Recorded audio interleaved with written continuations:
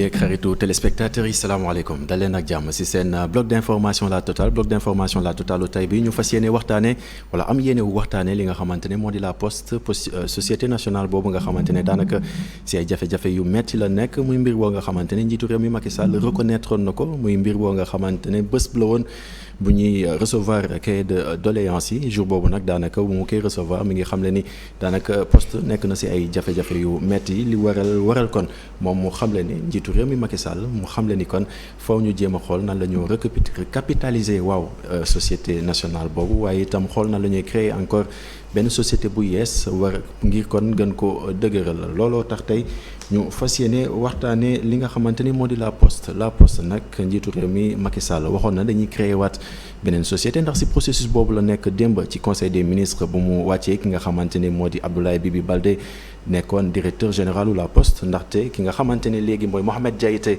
moo ko remplacé si boppuk direction boobu noonu tey ji lan la ñi nga xamante ne ñooy liggéey la poste gisee mbir moomu noonu loolu la ñu fas yéene waxtaanee ak ki nga xamante ni moo di Coly Cissokho nag moom il est le coordonnateur des délégués chargés des revendications du syndicat national des travailleurs des postes et télécommunications asalaamaaleykum Coly. waaleykum salaam Abdourahmane. ñu ngi la nuyu di la ziar di la bàyyi nga nuyoon teg téléspectateur. waaw ñu ngi lay fay nuyoo yow tamit di la ziar di nuyu seen téléspectateurs yëpp di nuyu ñëpp ñi nga xam ñu ngi liggéey ci kër gi. mais itamit di nuyu en tout cas l'ensemble des postières et des postiers. Alors comment se porte aujourd'hui la poste gis nañ ne nekkoon ngeen ci ay jafe-jafe yu metti ay jamono ba sax ngeen génnoon ci tali bi tey jii nii ndax situation bi xaw na tane wala boog dafa gën a yées. waaw dafa gën a métti parce que la dernière fois ñu doon dégg ak la direction générale. ay scandale ñoom ñoo fa amoon ay scandale financier au niveau de la filiale Poste Finance parce que nous sommes un groupe.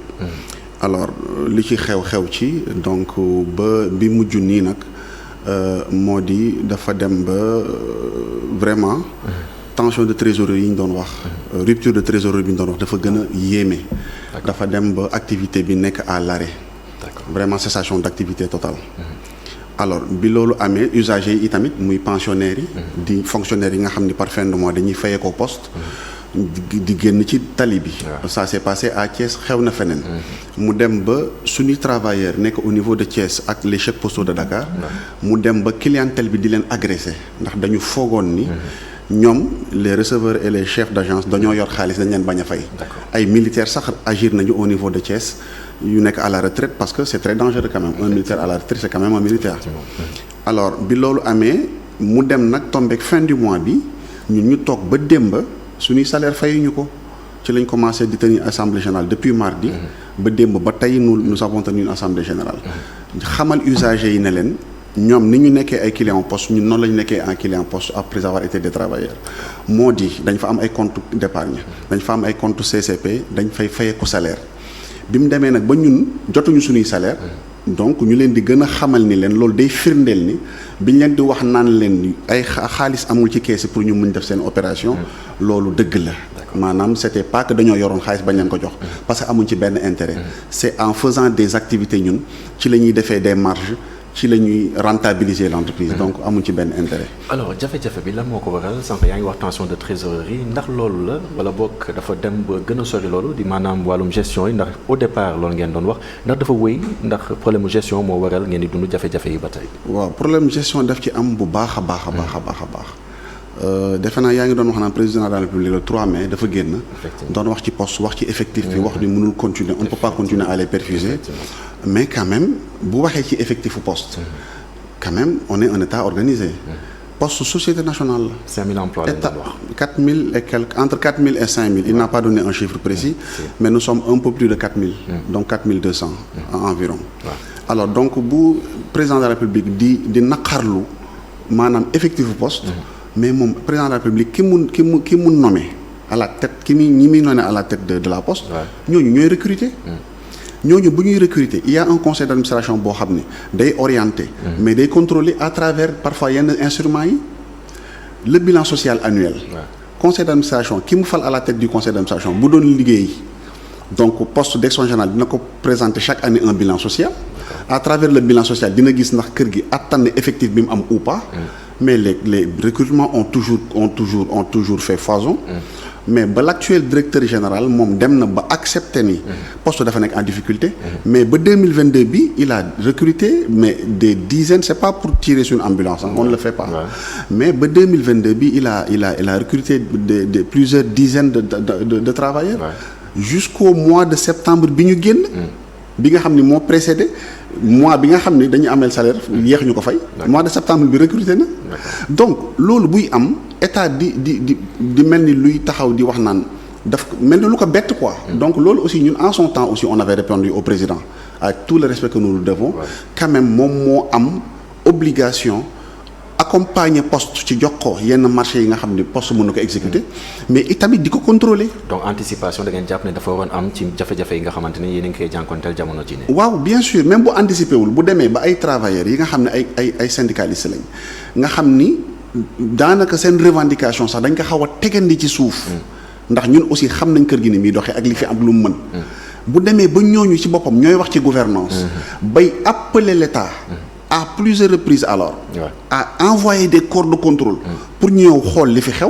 Je pense que scandale bi fi amoon fin d'année bii passé vous avez suivi ça à hauteur de 1,7 milliard. Donc loolu taxawaay bi ñu ci amoon ñun fan la mujjee ka ñëwoon ki taxawoon ne tey détournement de 1,7 milliard bi nañ ko leeral kooku lañ dàq de manière illégale dans un premier temps. Puis ñu dem ba ci biir régulariser ko par un conseil d'administration qui s'est réuni mais état da ngay gis ne dafa jàppale le directeur général bi nga xam ni mooy sortant muy Bibi Baldé en son temps pour mu confirmer maanaam dàq gi nga xam ne illégalement daf ko dàqoon. Mais justement lan moo nekk taxawaayu syndicat bi jëm ci dàq boobu nga xamante ne dàq nañ ko waajooju noonu accusé woon ne dafa amoon détournement. waaw def naa sunu taxawaay moom leeroon na ci lool yéen si boppam amal ngeen ci ay plateau man mii dem naa ci ay plateau ci seen yeneen confrères. Sunu taxawaay dafa leeroon nañ nous l'avions fustigé parce que note de service la génne woon. mais fustigé ngeen ko mais finalement résultat escompté yi lan la. waaw li ma bëgg a wax moom mooy du ñun ñooy nommé. ñun du ñu nommé. syndicat du mooy nommé à des postes de direction générale. Au niveau de Poste Finance et de EMS c'est des filiales qui ont des directeurs généraux. On est bien d'accord. Voilà donc ñun en son temps bi mu ñëwee déjà pour dàq kooku génne note de service. Alors que li mu waroon def moom mooy. Délibération de conseil d'administration d'ailleurs même indi note de service bi pour ñëw def la passation le DG d'alors muy Fedior dafa bañoon donc c'est dire que détournement bu amee mu dem ba syndicat yi jug ne état na ci wax état ce qui je vous dis que ça fait plus de 15 ans état yónniwul ay corps de contrôle donc apparemment yónniwul corps de contrôle foofu ci la poste plus de 15 ans je vous dis Abdourahmane loolu boo koy wax sax nit ñi dañ naan soit mënul nekk soit bu dee am na état war na xoolaat taxawaayam donc mauvaise gestion la or mauvaise gestion il va falloir ngay envoyer ay corps de contrôle ñu ñëw di ko xool parce que le contrôle interne tey dafa am ay limites mi ngi fi am na existé na y a des corps de contrôle interne mais ils ont des limites parce que ils sont nommés par le directeur général ils lui rendent compte ils vont faire les missions foo xam ni moo leen yónni donc bu fekkee ne moom daf ci laale ci dara mais non seulement du leen fa yónni wala bu ñu demee ba am résultat mun na ci toog. D'accord yow da nga jàpp ne mauvaise gestion la syndicat bi laay wax dafa jàpp ne kon mauvaise gestion la tey jii nii njiitu réew mi jël benn mesure bu am solo di maanaam wàccee ki nga xamante ni moo di Abdoulaye Bibi Baldé jàpp ngeen ne njëriñ dina am ci ki nga xamante ni moo di Mohamed Diaité mi ko remplacé. waaw moom laay wax tout à l'heure ñun nous avons des corps constitués nous avons des contrôleurs des postes des agents techniques des préposés des inspecteurs des postes et des administrateurs des postes. boo demee douane noonu la ñu amee ay administrateurs ak ay inspecteurs ak ay contrôleurs inspecteurs et impôts et domaines bi même chose et cetera donc ce qu'on ne peut pas comprendre et c'est le chef de l'État qui décide de toutes les façons de nous mettre quelqu'un boo xam ni nekkul ci corps yooyu soit moom il l'a fait responsabilité am la moom mooy répondre de ces nominations là comme il devra d'ailleurs dire aux Sénégalais qu'est-ce qui s'est passé mais yaakaar est-ce que am ngeen ko ci waaw non c'est-à-dire ñun aussi duñ dem ci euphorie bi waaw c'est vraiment moom prérogative am la wan nañu ne moom prérogative am la. mais jàpp ne politique lay def. kan politique lay def. njiitu réew mi. waaw changé parce que yéen a ngi naan gestion bi baaxul donc faut mu écarter ko loolu ngeen jàpp wala. waaw xam nga la politique elle n'est pas mauvaise en soi. peut-être politique politicienne la ñuy wax. parce que lui c'est le premier décideur politique de ce pays là. donc tout ce qui se passe dans le monde c'est de la politique. c'est de la stratégie. alors donc en soi c'est pas mauvais. mais quand même bu demee ba nit ñi mën si sentir politique politicienne loolu beneen mbir la. mais li ñu mën a wax moom mooy li am mooy directeur général am na wàll ci poste fi mu toll. mais itamit l'État du Sénégal daf ci am wàll. parce que dafa war a accompagner la poste. État du Sénégal dafa war a contrôler. Nous avons 2 ministères de tutelle. muy tutelle technique à travers le ministère de l'économie numérique mais aussi la tutelle financière à travers le ministère des finances ñooñu aussi dañu war a jouer seen rôle. Effectivement. Même ministère des finances am na ay corps de contrôle yoo xam ne war nañ mën a intervenir peut-être ñëw nañu fii ça n'a pas fait de bruit. Mais encore une fois am na mbirum mauvaise gestion. mais aussi état war na jouer rôle am ci accompagner. ci contrôler. loolu yëpp nañ ci ñëw ci kanam tuuti gannaaw li nga xamante ni moo di xibaaru marax yi gannaaw gi ñu dellu si waat si seen plateau bloc d'information la totale gën a yaatal jafe-jafe yi nga xamante ni kon moom la waa poste di jànkonteel jamono ji à tout à l'heure.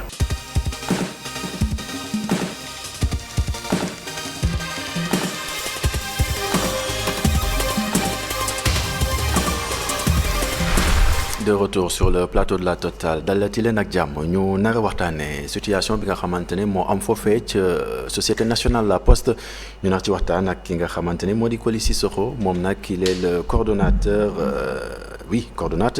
des délégués chargés des revendications du syndicat national des travailleurs des postes et télécommunications ñu nar a waxtaanee jafe-jafe yi wax naa ko léegi yi nga xamante ne moo am foofee ca poste ñu bëri jàpp ne mauvaise gestion boobu la ki nga xamante ne moo di Coly Cissokho dëggal léegi. mauvaise gestion boobu noonu nga jàpp ni ki nga xamante ne moo di njiitu réew mi Macky Sall ni ma ko waxee sànq ni mu soppee ki nga xamante ne moo nekk ci boppu La Poste mënul indi féex wala boobu péex ci jafe-jafe yi nga xamante ne yéen a ngi koy jànkonteel. waaw comme je l'ai dit tout à l'heure c'est-à-dire loolu c'est son ambition apparemment. waaw je veux dire le président de la République dafa am ay pouvoir discrétionnaire yu koy permettre loolu ñu ne tamit kër gi jëm kanam rek la ñu bëgg en tant que personnel en tant que représentant des travailleurs en tant que syndicat donc loolu ñun dañ ciy xar suñu tànk tubéy en tout cas tous ceux qui nous suivent ou qui suivent l'actualité de la Poste savent que le SNTPT à chaque fois bu waree am taxawaay da koy am parce que on n'a pas de problème de personne mais président de la République dafa am pouvoir discrétionnaire boobu concerté wul ak ñun woowuñu dajeeg ñun malgré tout ce temps ñu ngi wax ñu ngi bind ñu ngi demandé. dafa mel ni comme si président de la République waroon na jël kenn koo xamante ne mi ngi ci poste mu nommé ko directeur général. on a des corps constitués nee naa ni impôts et domaines amee ay inspecteurs ak ay administrateurs. douane am ko feneen am ko. mais douane demal tey xool seen directeur général actuel bi mais il est hyper jeune il est très très jeune. il était DGA ñoom d'ailleurs sax dañuy noppal seen bopp dañuy teg benn DGA en général bu ki fi nekk demee kooku moom mooy ñëw wala ñu proposer comment dire au président de la République une liste de 3 mu choisir ci noonu la ñu amee ay corps constitués soit moo tax ma ne moom dafa am pouvoir discrétionnaire am mais itamit ñun li ñu bëgg mooy poste bi dox mais tamit ñun en tant que syndicat nous avons notre liberté syndicale bien sûr loolu aussi dafa war a leer il est libre de choisir qui il veut nous aussi nous sommes libres de dérouler am nañ suñu liberté syndicale loi moo ñu ko may parce que nous sommes en contre-pouvoir pour la direction générale loolu qu'est-ce que je dois entendre lan laa war a dégg ci loolee nga wax waaw li may wax moom mooy ñun li ñu dinañ def lépp lu ñu mën nous sommes forts de proposition xam nga tey le directeur général qui vient de sortir ñun bi Covid bi taxawee ñu yegsee ci poste ak difficulté yi mu indi ak ni mu exposé tey les travailleurs mais SNTPT en tant que syndicat dafa génnee ci ay keesam un chèque symbolique de 1 million de francs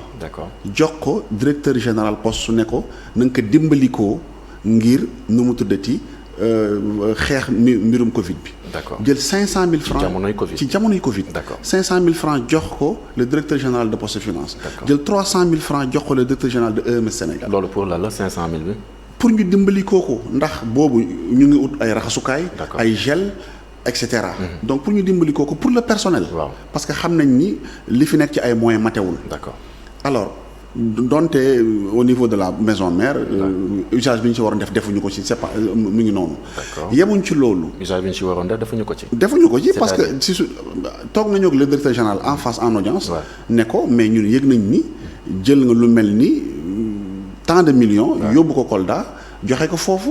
est-ce que tu vois ay accusation la déedéet loolu yàgg nañ ko wax ci ay plateau. joxe ko foofu mais accusation la quoi qu'on dise. déedéet du directeur général bi wala boog ancien directeur général bi n'est pas là ma fàttali itam jéemoon naa ko am ci plateau mais moom il m'a clairement expliqué qu'il n'est pas encore disponible pour wax ci jafe-jafe yi nga xamante poste moom kay am lii c'est pour ngeen comprendre que ni ñun. sunu intérêt mooy que poste bi ñu doxal ko. parce que bu fekkoon ne ay nit la. wala dañuy jug pour dara bañ a dox. loolu duñ ko def en son temps. ndax alal la boo xam ni travailleurs dañu ko confier pour ñu défendre leen. nekk servir de contre-pouvoir devant la direction générale. donc 1,5 million yoo xamante ne jël 1,8 million 800 au total. yemu ci. ñu jënd ay masques. yoo xam ni de qualité confectionné ici. jël ñaari paire par travailleur. jox ko à tous les travailleurs tous les postiers ñu distribuer leen ko. pour 4000 et quelques travailleurs loolu du ay 8000 masques. c'est de l'argent. loolu c'est des millions. alors donc loolu effort yooyu bu ñu ko defee dafa di ñun nous sommes un responsable un syndicat responsable. loolu laa bëgg leeral foofu. donc on n'a aucun intérêt à que ça ne marche pas. mais itamit bu fekkee ni depuis belle lurette. syndicat bi dafay jug di def ay propositions di def ay mémorandum di ko transmettre à toutes les autorités. muy président muy primature muy ministère de tutelle. muy conseil d'administration. di leen ko jox te doo am sax benn début de réponse jot nañu sa demande d'audience sax doo ko am. jot nañu sa réflexion doo ko am.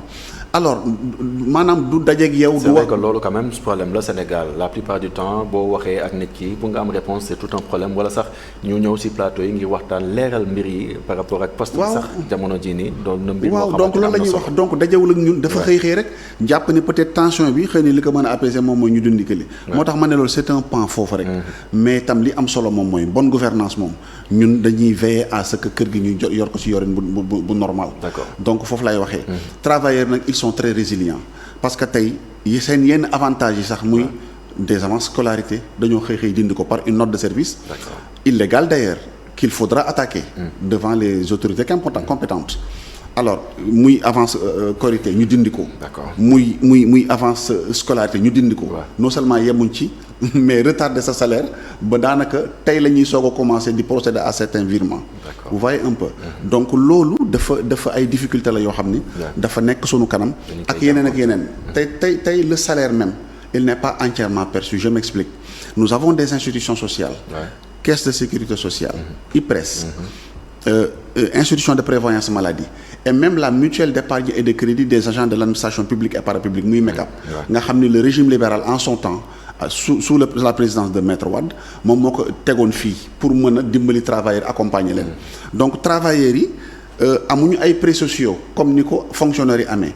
comme ni ko PESO amee woon en son temps mais ñu arrêté ko ku travailler di dem di souscrire foofu ubbi fa ay compte ba nga xam ne daf leen di permettre ñuy mën a am ay prêts dépannage ay prêts habitat et cetera et tout loolu doon leen dimbali mais direction générale poste lan la def depuis quelques années surtout sous Bibi Baldé mooy dañuy précompter salaire yi dañ koy précompter te duñ ko reverser au niveau de la MECAP dem ba ardoise bi bari boo xam ne MECAP dafa taxaw ne les postiers duma leen prêter ci te pourtant ils sont clients là-bas et pourtant c'est pas de leur fait ndax dagg nañ ko ci seen salaire joxuñu leen ko IPM bi même chose on fait courir un risque à l'IPM au niveau de l'IPRES dem na ba yegg foofu dem na ba même les impôts qui sont prélevés sur les salaires ne sont pas reversés ce qui est très grave quand même donc mbir mi c'est plus grave même que des retards de salaire dafa yegg ba ci cotisation sociale yi nga xam ni c'est prélevé sur les salaires nga xam ni prélèvement boobu loi daf ko teg ngir sécuriser le recouvrement de la MECAP de l'IPM extra mais ñoom dañ koy prélever ba pare te duñ ko reverser. mais c'est tellement grave que je me demande yéen finalement syndicat bi lan ngeen di def par rapport ak jafe-jafe yu ngand yooyu nga xamante ni ñu koy jànkonteel jamono. waaw ñun dañ koy bind dañ koy waxtaanee en interne. parce que ñun dafa am benn démarche bu responsable bu ñu am. mooy bu yenn yi amee le camarade secrétaire général. bu urgence taxawee. léeg-léeg sax dina yéeg dem waxtaan ci ak kilifa gi.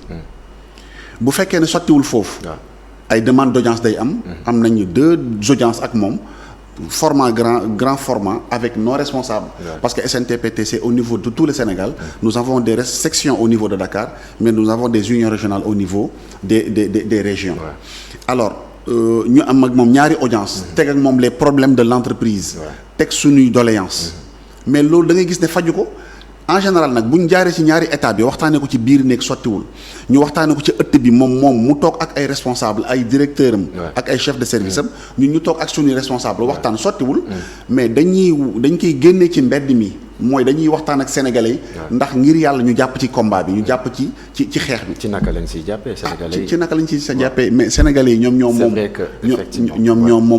moom poste. Sénégalais yi chaque Sénégalais est actionnaire au niveau des sociétés nationales ndax état moom poste entièrement donc loolu day waral parfois mooy indi débat yi. presse bi intéresse ci. wooñu parce que presse aussi pouvoir la. il faut le dire.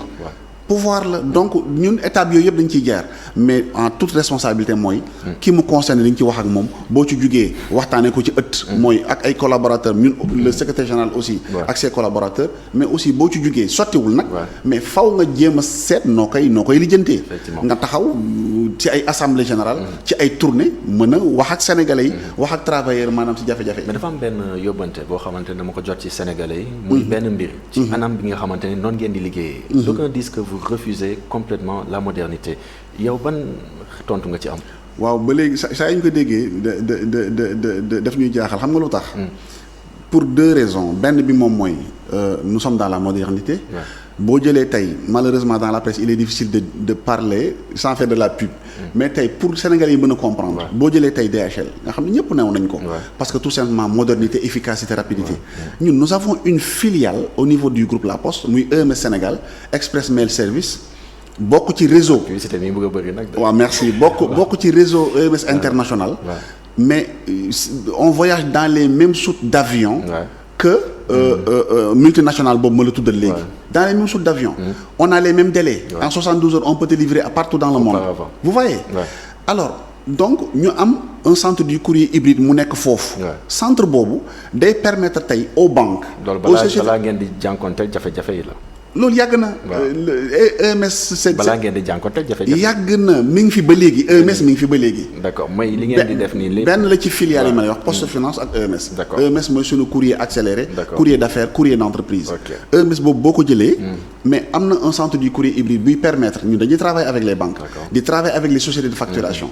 qu'est-ce qu'il faut dañuy am ay données électroniques yoo xam ni lu mel ni joxe relevé bancaire. joxe facture mais bu ñu koy envoyer c'est pas le physique qu'ils envoient. c'est l'information électronique qu'ils envoient.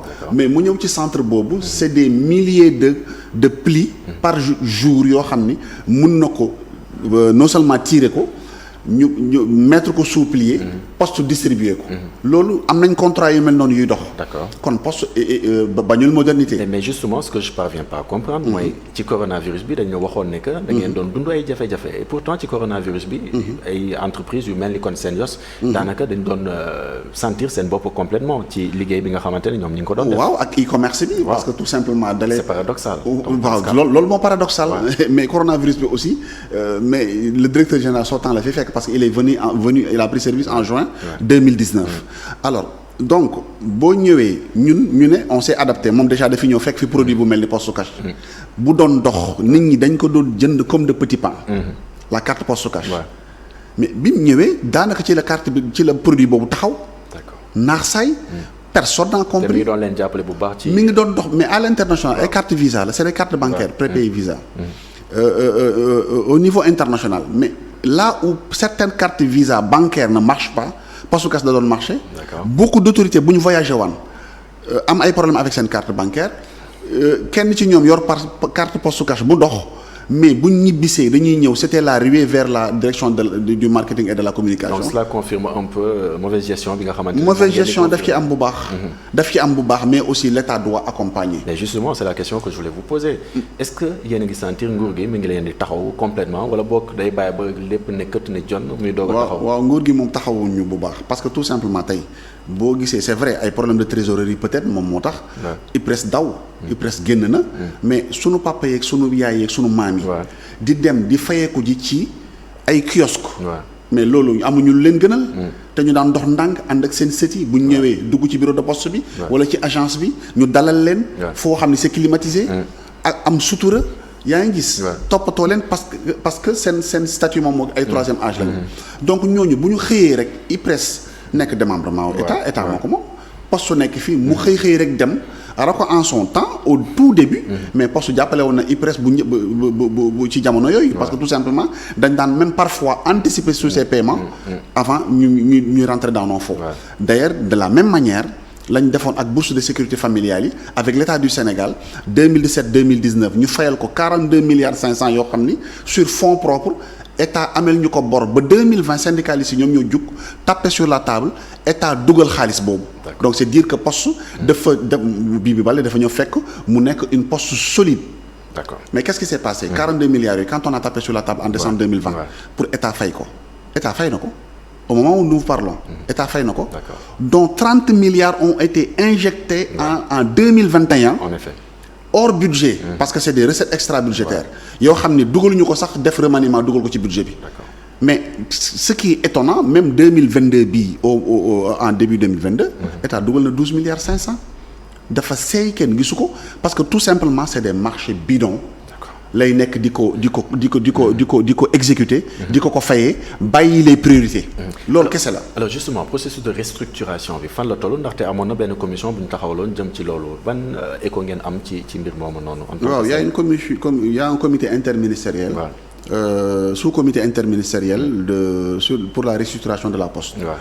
bi mu amee bañ ko njëkkee taxaw c'est depuis 2014 d'ailleurs 8 ans de processus de restructuration mais boo deful nànk da nga naan ñi ka nànk est-ce que ils sont à la hauteur loolu aussi c'est problématique or c'est des autorités étatiques. C'est à plusieurs niveaux alors finalement. waaw 8 ans de toutes les façons nous sommes en 2022 fin 2022 c'est depuis 2014 le comité boobu existait soit alors comité boobu mi ngi travailler dernier développement yi ñu ci am moom mooy benn pour la recapitalisation des filiales.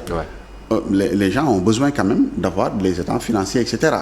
Ils ont besoin de tenir des conseils d'administration bu ñu ci jógee am ay assemblée générale pour mën a dem verser de capitalisation parce qu'il y a des constatations à faire mais boo jógee ci loolu itamit il y a un plan de relance boo xam ni autorités yi il l'aurait demandé à la direction générale de la Poste pour ñu présenter ko mais la direction générale a du mal à présenter un document d'ailleurs première version bi demoon mais ñun dañoo jug ne cette version-là elle n'est pas consensuelle parce que on n'a pas mis à contribution les représentants des travailleurs ci ngay déggee d'ailleurs le président de la République après sa communication du 3 mai nga xam ni ñu dañ jàpp ne que c'était une catastrophe d'ailleurs on a répondu à cette communication ci ginnaaw gi boo ko dégloo dafa wax ne nañ ko proposer un document chiffré et consensuel. En effet.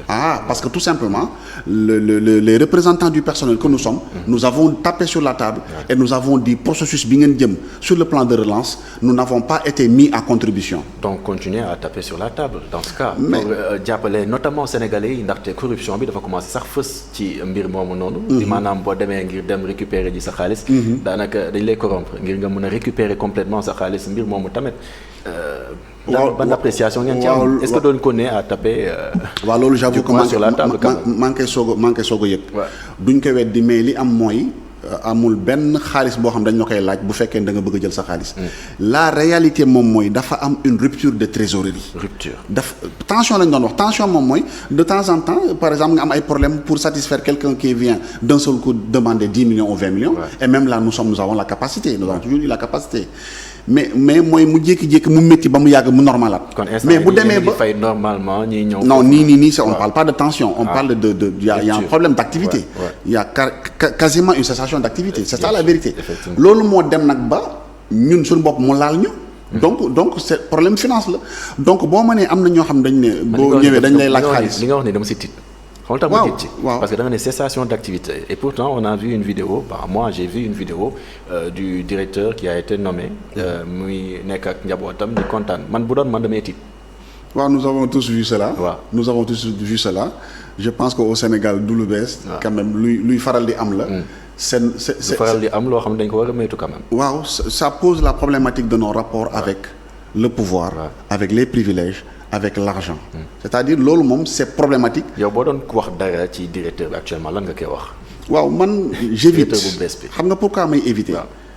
man mine de rien. c'est vrai que j'ai fait 17 ans de carrière c'est le 4e directeur général que je vois. D'accord. Donc un changement de directeur général bu doon mooy régler le problème au niveau de la Poste on n'en serait pas là. mais jafe-jafe bu ni mel mi ngi fii doog a am quand même. mi ngi fii soog a am. loolu moo ñu war a gën a tiital. parce que pour moins que ça on a changé des directeurs généraux.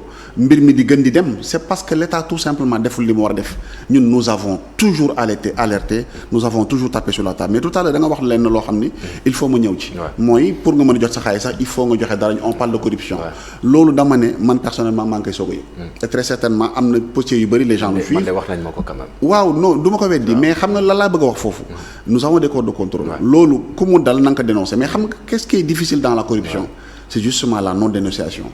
Parce que tout simplement ki la wax loolu. bu fekkee ne c'est avéré day jàpp ne comme dese naa fa xaalis peut-être. su ma ko dénoncé bu si nit ñi jëlee ay mesures lam fa dese xëy na du ma ci jot noonu lay raisonner. moo tax peut-être danaan xëy na naa fexe rek ba jot sama alal ba mu jeex mais loolu képp Sénégalais bu mu dal les corps de contrôle sont là. la direction générale am na ay boîtes les syndicats sont là. il faut dénoncer. waaw mais parce que corps de contrôle lu mooy seen rôle à chaque fois ñu def seen liggéey gis na am na lu leerul dañ koy dénoncer. scandale 1 milliard 700 boobu ma lay wax. corps de contrôle externe gisu ko un corps de contrôle d'une des filiales muy Poste Finance moom moo ko gis mettre le doigt et yeneen ak yeneen corps de contrôle ñu ngi koy gis depuis belle lurette te dañ koy sanctionner en tout cas il propose des sanctions yoo xam ne direction générale moo ko war a mettre à exécution. alors daa mel ni am nga xëy na un dernier message à lancer à l'endroit notamment du directeur général wala boog à l'endroit de vos collègues lan ngay sànni comme message. waaw je devais peut-être commencer sax par ça parce que avant-hier sunu première assemblée générale sitting muy le mardi. nous avons été chargés dont ay jigéen blessé leen nous avons eu 7 blessés yoo xam ne dont 2 graves yu nekkoon à l'hôpital ñenn ñi ils se sont évanouis après dem nañu hôpital ñu xool leen ñu génnaat mais am na ñoo xam ne c'est carrément des blessures yu métti yoo xam ne ay lacrymogènes offensives lañ jël dóor ko seen tànk yi alors donc loolu c'est à fustiger de la part des forces de l'ordre mais aussi di leen seet di leen nemmiku di leen masawu coono mais le message que nous lançons est que la mobilisation tout à l'heure nous avons essayé en assemblée générale la mobilisation doit rester forte et les postiers doivent rester vigilants parce que tout simplement il y a des mesures conservatoires à prendre parce que le sortant am na mesures yoo xam ne bu ko jëloon mbir mi du yegg si fii parce que bu noo ñëw jot entreprise boo xam ne dafa difficile ba yow sa bopp naatee communication nga ko doon wax nga koy gën a suuxal ci ay recrutement nga koy gën a suuxal ci ay marché yoo xam ni mën na ñàkk ay yaama neex la donc c'est dire que en tout cas il faut rester en tout cas vigilant par rapport à la suite. jërëjëf Coly Cissokho mooy coordonnateur des délégués chargés des revendications du SNTPT moom la ñu amoon ci bloc d'information La Totale amoon mbégte amoon nag moom waxtaan wiile di waxtaan jafe-jafe yi nga xamante ne poste amoon na ko man nag ma leen di jox dig daje yu bés gii di ñëw incha allah ci beneen bloc d'information La Totale ndax ëllëg xam ngeen ko gàmmuwaat wi la waral bloc d'information La Totale narul am ëllëg di leen jaajëfal ci teewlu bi ba ay bés gi di ñëw incha allah jaa ngeen jëf.